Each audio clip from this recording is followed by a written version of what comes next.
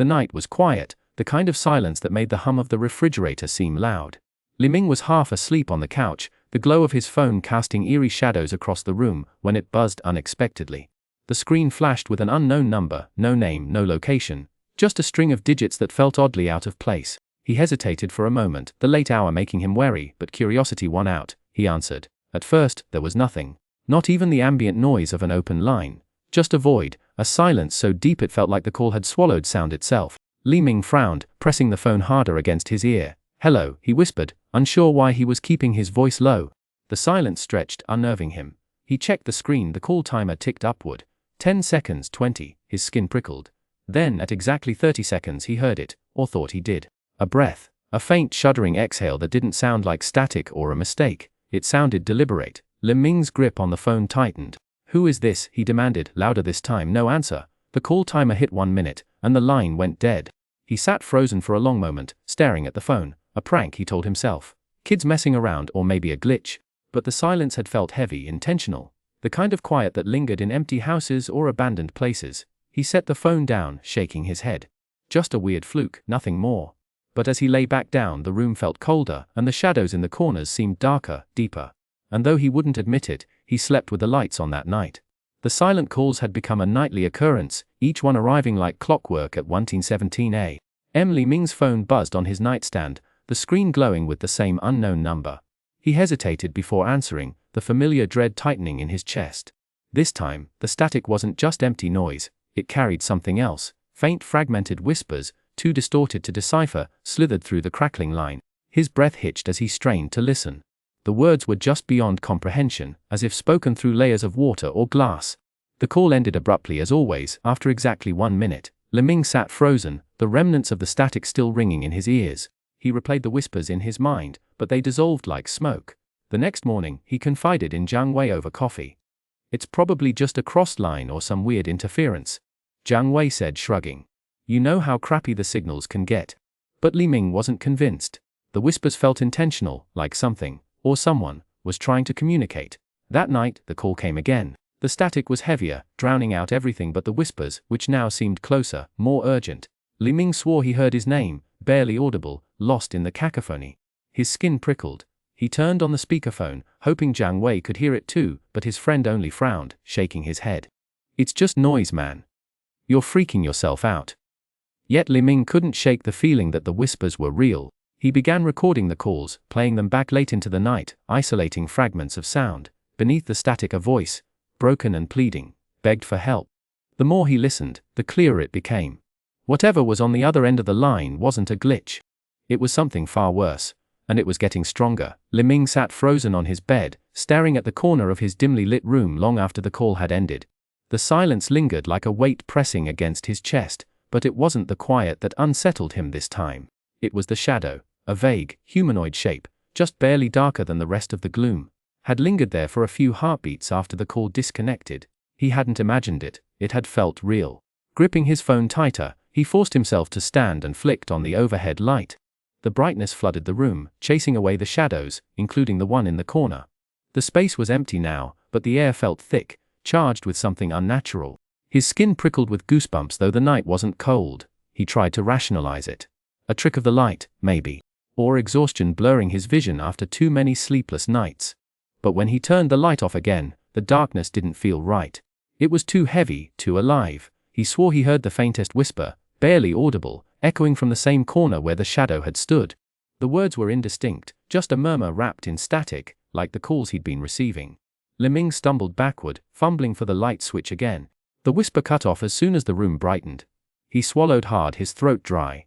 Was he losing his mind, or was someone, trying to reach him from beyond the silence? He didn't know which possibility terrified him more. That night, he left the light on and didn't sleep, his pulse refusing to slow as he kept his eyes locked on the corner, waiting for the shadow to return. The temperature in Li Ming's apartment had plummeted overnight, as if the walls themselves had absorbed the chill of the grave. He rubbed his arms, breath fogging in the air, though the calendar insisted it was still summer. At first, he blamed the air conditioning, but when he checked, the unit was off, had been for days. The cold clung to him like a second skin, seeping into his bones no matter how many layers he piled on. Then the objects began moving. A coffee mug slid across the counter untouched, crashing to the floor. His keys, left neatly on the table, reappeared in the fridge. The TV flickered to life on its own, static hissing like a chorus of whispers. He'd turn it off, only for it to snap back on moments later, the volume creeping higher each time. Worst of all was the feeling of being watched. Li Ming would catch movement in the corner of his eye. A flicker of darkness just beyond sight. When he turned to look, there was nothing, but the weight of unseen eyes lingered. He started sleeping with the lights on, but even that didn't help. One night, he awoke to the sound of shallow, rattling breaths, close, too close, as if someone were standing right beside his bed. He bolted upright, heart hammering, but the room was empty. The unseen presence grew bolder. Doors creaked open on their own. The scent of jasmine, faint and floral, would drift through the apartment, a scent he'd never owned. And then there were the whispers, barely audible beneath the static of the nightly calls. They weren't random noises, they were words, syllables strung together like a plea. Li Ming knew now. This wasn't a prank or a delusion. Something was with him. Something angry. Something that wanted to be heard. Li Ming's hands trembled as he scrolled through the faded archives of the local newspaper. The article was dated 5 years ago, its headline screaming in bold, ominous letters, "Mysterious death of young woman remains unsolved." The photograph beneath it showed a hauntingly familiar face. A woman with wide, desperate eyes, her expression frozen in terror. His breath hitched as he read on. The woman, Lu Yan, had been found dead in her apartment under bizarre circumstances. The official report called it an accident, but witnesses claimed they'd heard her screaming for help the night she died. Neighbors had dismissed it as a domestic argument, and by the time anyone investigated, it was too late. The most chilling detail was buried near the end. Lu Yan had made one final phone call before her death. The line had been dead silent, and the call had lasted exactly 1 minute before disconnecting. Li Ming's blood ran cold. The timing matched the calls he'd been receiving. He dug deeper, poring over forum threads and urban legends, until he stumbled upon a thread titled, "The Silent Call Curse." Dozens of anonymous accounts described identical experiences, late night calls from an unknown number, static-filled whispers, and, eventually, encounters with a shadowy figure. The last post in the thread was from a user whose profile had been deleted. It read, "She's looking for someone to listen. But if you hear her, it's already too late." A sudden draft swept through the room, extinguishing the light on his desk. In the darkness, Li Ming's phone lit up with a new notification, a missed call. The timestamp read 1 minute ago. The number was unlisted, but the voicemail icon pulsed ominously. He hesitated, then pressed play. The static was worse this time, but beneath it, a voice, broken and pleading, whispered a single word, "Help." He dropped the phone, his heart pounding. The article's final lines echoed in his mind. Lu Yan's last words were never heard. Some say she's still waiting for an answer. The phone vibrated against Li Ming's nightstand, its screen glowing in the darkness. He had barely slept, his nerves frayed from nights of strange calls and whispers buried in static. This time, he hesitated before answering, his hand trembling as he swiped the screen. For a moment, there was only silence, then a voice cut through, clear and harrowing. "Why didn't you answer?"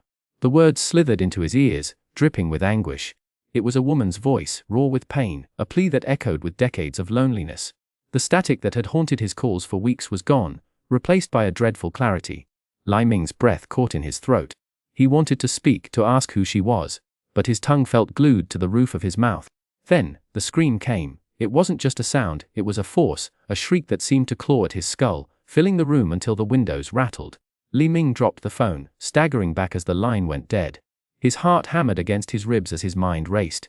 Who was she? Why was she calling him? He stumbled to his desk, where stacks of old newspaper clippings lay scattered. Research into unsolved deaths, disappearances, tragedies. One headline stood out: "Mysterious death of woman in apartment 305. The date matched the first night he had received the silent call. Beneath it, a single line sent chills down his spine. Her final words were a desperate plea for help, unanswered before the line cut. The room suddenly felt too small, the air too thick. A shadow flickered on the periphery of his vision. A silhouette that hadn't been there before. The ghost wasn't just calling anymore. She was in the room with him. The air in Li Ming's apartment was freezing, colder than it had ever been. The walls seemed to hum with an eerie energy, a presence that clung to every shadow. He clutched his phone tightly, knuckles white, as the screen flickered to life one last time. The name displayed sent a jolt of terror through him, his own number. The call connected automatically, the line crackling with the same static he'd grown to dread. This time, there was no whisper, no distant plea, just silence. Then, a faint, rasping breath, as if someone, or something, was right beside him. Li Ming's heart pounded as the room darkened around him, the overhead light flickering wildly. The shadow in the corner slithered forward, no longer content to lurk. It stretched across the floor, creeping toward his feet. He tried to scream, but no sound escaped. The air was thick, suffocating, as if invisible hands were closing around his throat. The phone slipped from his grip, clattering to the floor. The call log still glowed on the screen, the last entry seared into his mind of incoming call Li Ming. The next morning, Zhang Wei pounded on the door, his calls and texts unanswered. When he finally forced his way inside, the apartment was empty. A chill lingered, unnatural and heavy. Li Ming's phone lay on the bed, still unlocked. Zhang Wei's blood ran cold as he saw the final call, the one Li Ming never answered. He played the voicemail. A whisper, barely audible, filled the room. "You should have answered." The line cut off with a scream, Li Ming's own. Days later, police closed the case, labeling it a disappearance. But Zhang Wei knew the truth. Late at night his phone buzzed. A silent call, the screen read unknown. He hesitated, then answered, static, then a whisper, "Ya, turn."